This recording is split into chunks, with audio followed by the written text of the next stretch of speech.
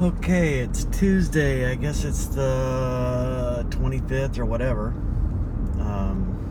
You have to excuse the people's drive license plate in front of me.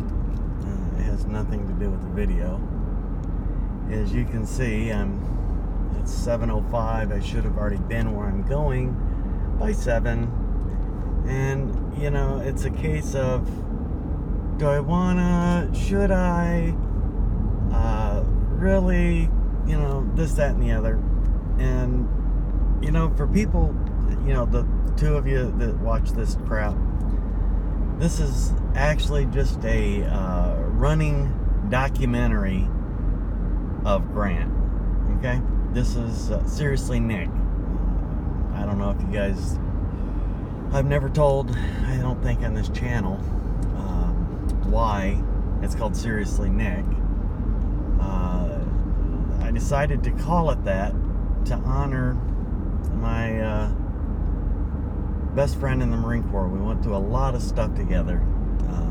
A lot of stuff.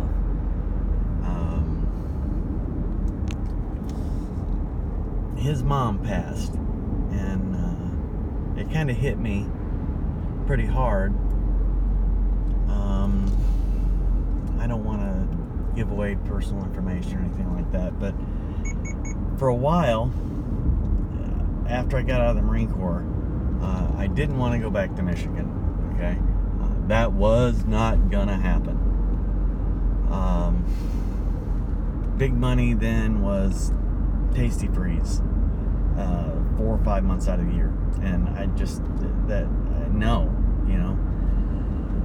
So I decided that when I got on the first thing burning, leaving Michigan, and decided I was going to be my own boss and join the Marine Corps, I got out after deciding that there wasn't a lot of future for being your own boss in the Marine Corps. I decided I was going to join the civilian populace again, and wound up moving in with my roommate. I'll just call him HH, and his parents, and she graciously adopted, whether she wanted to or not, I guess, pretty much my entire unit while I was in the Marine Corps at one time or the other. And one of the most frequent things that would come out of her mouth when she was talking to me was that back then I was Nick. Okay, not Grant, not Nicholas, just Nick. Yeah, because I was cool, and that's what you do. And the number one thing that would come out of her mouth, like on a daily, was, "Seriously, Nick? Seriously?" So there was that. Okay, so I don't know how to scrub this person's license plate, so they have nothing to do with any of this stuff.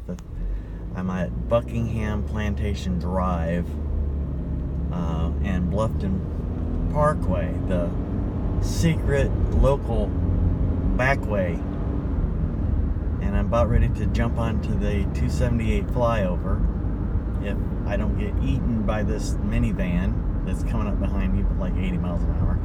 So anyways, she passed, and I'll say her first name because just respect. Her name was Wanda, Miss Wanda, and kind of struck me kind of hard when she passed, And they're all the boys and the daughter are all on the left coast, and I'm over here on the right coast, and I kind of had to deal with it by myself. Oh, look at the traffic going into Hilton Head. F me. So, in any case, it was right at the time that I decided I was watching YouTube videos, and I said, you know what? That's a pretty good idea. I was watching videos. Some of my favorites are, Key West kayak fishing, Asian guy, and believe me, I'm not trying to be, I don't know what nationality he is. I know he's Asian.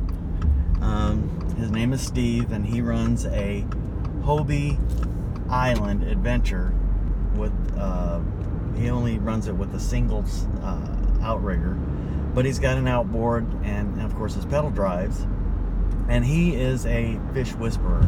Okay, there's no other way, two ways about it. He's a fish whisperer. At the same time, I was watching Yak Motley. Okay, and you know, again, for the two people that watch my stuff, probably me and me, go watch their channels. Their Yak is crazy, and Steve is a wealth of information. So I decided, you know what, that's a pretty good idea. Maybe I could put it out there, and at one point my kids will see this mess and they'll kind of understand the idiot that is their father. Okay, so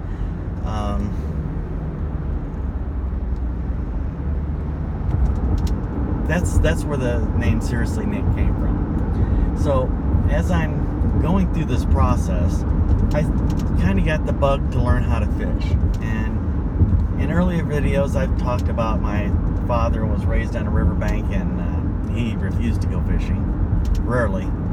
And my grandma on my mom's side was deathly allergic to fish of any kind. So that kind of ended, and I grew up in the Midwest, you know, in Michigan. Come on. So there was people that, you know, did the freshwater stuff, but nobody fished saltwater that I knew of. So I took it upon myself, and I needed a form of exercise. So I said, you know what, screw this, I'm getting myself a kayak. Now, never kayaked, so I bought a kayak, and I bought all the crap that goes with a kayak. And then I horse traded a gun, yeah, go ahead, rifle, for some fishing gear, and thought I was getting the best deal in the world. I mean, I had like 40 some fishing poles and reels, and come to find out, I got hosed. I traded a very good condition stainless steel Ruger 77 for a 240 or 270, 243, 270, something. Anyways, with a layered walnut stock or layered stock, laminate stock, beautiful, gorgeous weapon with a scope, and for these rods and reels, only to find out that most of them were absolute crap. So some of them are all right. I mean, okay, crap is a relative figure. As far as anybody trying to catch fish or something like that, they'll absolutely do it. I mean, if you're a good enough shot, you could throw a rock and hit a fish. You know what I mean? They've been fishing with, you know, a piece of string and a hook for centuries. You know, before that, it was a sharp stick stabbing them. So if you want to catch a fish, you can catch a fish. I apologize. I feel odd driving down the street filming this, but I don't have time generally one way or the other to do this, and you know that all my stuff is one shot. That's it. I do no editing. You get what you get. Much like the last week with that idiot down on the end of the surf. That was my second take or third take, when he was down at the end of right at the water, screaming. It sounded like he was right next to me. I love you. I love you. And I'm like, dude, shut the hell up. She doesn't like you. So, anyways, they probably were in love. But, so, that being said, I decided I was going to learn how to fish. Not only was I going to learn to fish, I was going to learn to kayak. And not only learn to kayak and fish, I was going to learn to kayak fish. Well, you know, one does not automatically lend itself to the other. And it has been a learning curve. Okay? You can just get way too much crap in a kayak, you know, in 5 minutes. Just unnecessary stuff. So then, having to learn where the fish are, and that's no easy feat. They're in the water, I get it, but you know, catching one. So here I am, a year into owning a kayak, yet to catch any measurable number of fish, and I'm still at it. So the thing that I was doing and hoping to do to give myself some peace of mind, people go fishing for, serenity. It drives me absolutely batshit crazy. I want to kill somebody. So, all that being said, today I was gonna take the kayak out and just use it for exercise.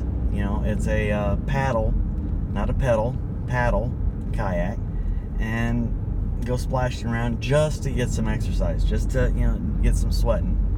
And that didn't really appeal to me, so I decided, what, screw this. I'm going down here to this fishing pier here, and I'm going to start throwing some, drowning some bait in the water. And that's what I'm here to do. And there's the pier that I'm going to be fishing off of, and I don't have much time, so that's what today's video is about, is the whys and the how that this came about, and what I'm attempting to do. So today, instead of getting exercise, I'm going to go out and bend a couple, I think they're 9, 11, and 12 foot rods, just to get the feel of chucking them out in the water. And maybe, I think this is Skull Creek. It's right down from the boathouse and all that other mess. And it's a really cool looking pier, fishing pier. And I was told this was going to be a kayak launching spot, but there ain't no launching no kayaks around here. So I'm going to stop this right here, and there'll probably be a part 2 by the time I'm done with this. So go out and do something nice for somebody. Be good to somebody you don't know. Just do it to do it, okay? If I was to ask you to do anything, not that I have a right to ask anybody anything, but just be nice to each other. The world needs people to be nice to each other. All right, till